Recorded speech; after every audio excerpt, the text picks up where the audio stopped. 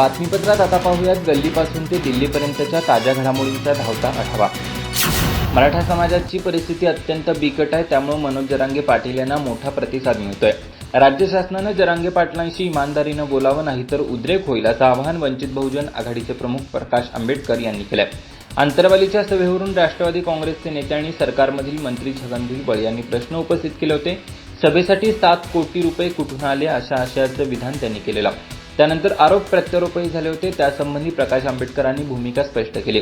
आंबेडकर म्हणाले की गावात सभा होते म्हटल्यावर शेतकऱ्यांनी 150 एकर शेतातलं पीक काढून जागा दिली, त्यामुळे पैशांचा प्रश्न नाही। काही लोकांनी खाण्यापिण्याची सोय केली होती, परंतु त्याला अदृश्य शक्ती म्हणता येणार नाही। तो समाजातील घटकांचा उत्स्फूर्तपणा होता। मुळात छगन भुजबळ यांच्या माध्यमातून देवेंद्र फडणवीस यांनीच फंडिंगचा मुद्दा उपस्थित केला असं ते म्हणाले। पुढे बोलताना प्रकाश आंबेडकर यांनी असं म्हटलंय की खर्चाबद्दल हे लोक संशय घेत असतील तर त्यांचंही बाहेर काढायला समाज मागपुढे बघणार नाही। सरकारनं जरांगे पाटलांशी इमानदारीनं बोलावं, 2 महिने द्या, 4 महिने द्या असं म्हणणं चुकीचं आहे। जागतिक आर्किटेक्ट दिनानिमित्त आयोजित शहर नियोजन, सौंदर्यसृष्टी आणि शाश्वत विकास या कार्यक्रमात बोलताना मनसेचे अध्यक्ष राज ठाकरे यांनी राज्यकर्त्यांवर जोरदार टीका केली। ते म्हणाले, आज राज्यकर्त्यांपर्यंत सौंदर्यसृष्टीच नाहीये, त्यामुळे आपल्याकडे शहराचं व्यवस्थित प्लॅनिंग होत नाही। महापालिकांमध्ये आर्किटेक्चरपेक्षा इंजिनिअरिंगला अधिक महत्त्व आहे असं सांगतानाच माझ्या हातात जर सत्ता आली तर महाराष्ट्राची प्लॅनिंग करण्याची जबाबदारी मी आर्किटेक्चरकडे देईन असं राज ठाकरे यांनी म्हटलं। माझा शब्द हा शब्द असतो। मी उद्या इंजिनिअरिंगच्या कार्यक्रमाला गेलो तरी तुमचंच नाव घेईल, तिकडे गेलो म्हणून त्यांचं नाव घेणार नाही। मी इतर राज्यकर्त्यांसारखा नाही असं राज ठाकरे यांनी सांगितलं। तसंच राज्याला सौंदर्यदृष्टी असेल तर खाली त्यांचं संचित होतं। आपल्याकडं महानगरपालिकांमध्ये टाउन प्लॅनिंग नाही। इंजिनिअरिंगला जेवढं पालिकेत महत्त्व आहे तेवढं आर्किटेक्चरला नाही। मी राज्यातील एका सर्किट हाऊसला गेलो होतो, तिथं एवढा मोठा बाथरूम पाहिला, तिथं काय पळत पळत जाऊन आंघोळ करायची आहे का? कशाला हवा एवढा मोठा बाथरूम? त्यानंतर दुसऱ्या एका आर्किटेक्ट हाऊसला गेलो, तिथं हॉल प्रचंड मोठा होता, तिथे एक पलंग ठेवला होता, तिथं नवीन जोडपं गेलं तर त्यांनी काय पकडापकडी खेळायचे का असा संताप व्यक्त करताना ज्या राज्यात गाडगेबाबांचा जन्म झाला तिथं स्वच्छता शिकवावी लागते, हे दुर्दैव आहे असं राज ठाकरे म्हणाले। ठाकरे आणि शिंदे गटांच्या दसरा मेळाव्यांकडे सर्वांचंच लक्ष लागलंय। साहेबांचं हिंदुत्व, साहेबांचं शिष्यत्व असं सांगत मुख्यमंत्री एकनाथ शिंदे यांच्या गटानं काल शुक्रवारी दसरा मेळाव्याचा पहिला टीझर जारी केला। त्यानंतर आता दिवस तोच, गर्दी तीच, जल्लोष तोच, मैदान तेच असं सांगत एकनिष्ठ शिवसैनिकांचा दसरा मेळावा असं सांगत ठाकरे गटानं आपला टीझर जारी केला। गेल्या वर्षी शिवसेनेत मोठी फूट पडल्यानंतर आयोजित होणारा हा दुसरा दसरा मेळावा आहे। गेल्या वर्षी शिवाजी पार्कवर दसरा मेळावा घेण्याचा शिंदे आणि ठाकरे गटांमधील वाद मुंबई उच्च न्यायालयाच्या दरवाजापर्यंत गेला होता। न्यायालयानं माजी मुख्यमंत्री उद्धव ठाकरे यांच्या बाजूने निर्णय दिल्यानं शिवाजी पार्कवर ठाकरे गटाचा मेळावा झाला होता, तर वांद्रे येथील बीकेसीमध्ये शिंदे गटाचा मेळावा झाला। त्यामुळे यंदा हा वाद पुन्हा उभा राहतो का याकडे सर्वांचं लक्ष होतं। पण शिंदे गटानं यंदा आझाद मैदानावर दसरा मेळावा घेण्याचं ठरवल्यानं शिवतीर्थावर ठाकरे गटाचा मेळावा होण्याचे निश्चित झाले। आता या दसरा मेळाव्याच्या निमित्तानं शिवसेना, उद्धव ठाकरे, बाळासाहेब ठाकरे पक्षानं दसरा मेळाव्याचा टीझर जारी केला। गेल्या वर्षी एक नेता, एक झेंडा, एक मैदान या टॅगलाईनवर टीझर जारी केला होता, तर यंदा दिवस तोच, गर्दी तीच, जल्लोष तोच, मैदान तेच असं सांगत एकनिष्ठ शिवसैनिकांचा हा दसरा मेळावा असल्याचं ठाकरे गटानं अधोरेखित केलंय।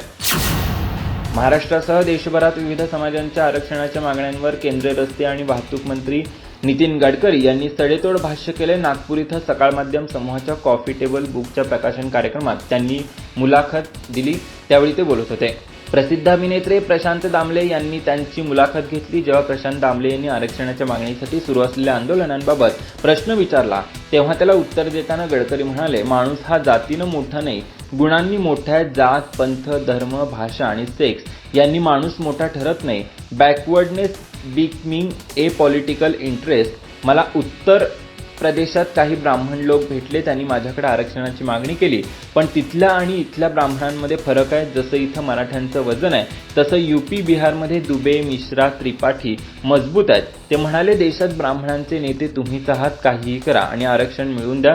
पण मी त्यांना म्हणालो बिलकुल मिळणार नाही, कारण माझ्यावर उपकार झालेत। आई बहीण मला नोकरी कर म्हणत होत्या, पण आरक्षण नसल्यानं मी नोकरी केली नाही, पण त्यामुळं मी नोकरी मागणारा नव्हे तर नोकरी देणारा बनलो।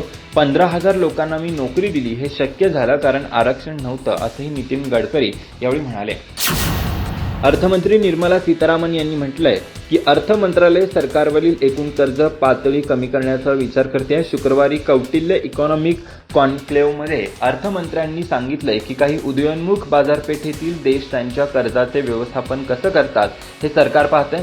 अर्थमंत्र्यांनी 20 ऑक्टोबर रोजी सांगितलंय की केवळ धोरणं बनवून किंवा अर्थव्यवस्था खुली करून व्यवसायांना आकर्षित करता येणार नाही. कंपन्या गुंतवणूक करण्याचा निर्णय घेण्यापूर्वी देशातील दहशतवादी घटना किती घडतायत हे पाहता आहेत. अर्थमंत्री निर्मला सीतारामन यांनी असेही सांगितलं की युद्ध आणि जागतिकीकरण यांच्यात विभागलेल्या जगात अन्न आणि पुरवठा साखळी खूपच बिघडली आहे. भविष्यातील पिढ्यांवर बोजा पडू नये म्हणून भारत आपलं एकूण कर्ज कमी करण्याचे मार्ग शोधत असल्याचंही त्या म्हणाल्यात. सीतारामन म्हटल्या की कर्ज कमी करण्याचा आमचा प्रयत्न केवळ भारताच्या आकांक्षा पूर्ण करण्यासाठी नाही, तर भविष्यातील पिढ्यांना हा भार सहन करावा लागू नये यासाठी आहे. टोरॅटो खलिस्तानी दहशतवाद्याच्या हत्येनंतर भारत आणि कॅनडामध्ये निर्माण झालेला तणाव वाढत चाललाय.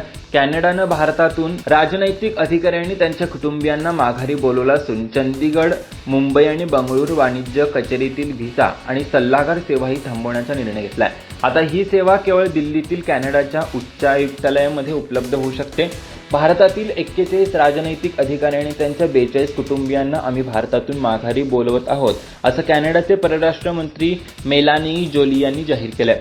भारत आणि कॅनडा यांच्यातील राजनैतिक पातळीवरील संबंधांमध्ये समानता हवी यासाठी आम्ही आग्रही होतो. भारताकडून या संदर्भात कोणत्याही प्रकारच्या आंतरराष्ट्रीय नियमांचं उल्लंघन करण्यात आलेलं नाही, असं परराष्ट्र मंत्रालयाकडून सांगण्यात आलंय. जोली यांच्या निवेदनानंतर दिल्लीतील कॅनडाच्या दूतावासानं नागरिकांसाठीच्या निर्देशांमध्ये सुधारणा केली असून सध्या भारतात राहणाऱ्या नागरिकांना विशेष खबरदारी घेण्यास सांगण्यात आलंय.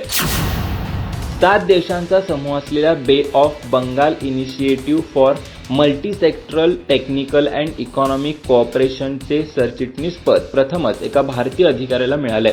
इंद्रमणी पांडे हे बिमस्टेकचे पुढील सरचिटणीस असतील. बिमस्टेकमध्ये 7 देश समाविष्ट आहेत. भारत, श्रीलंका, बांगलादेश, म्यानमार, थायलंड, नेपाळ आणि भूतान.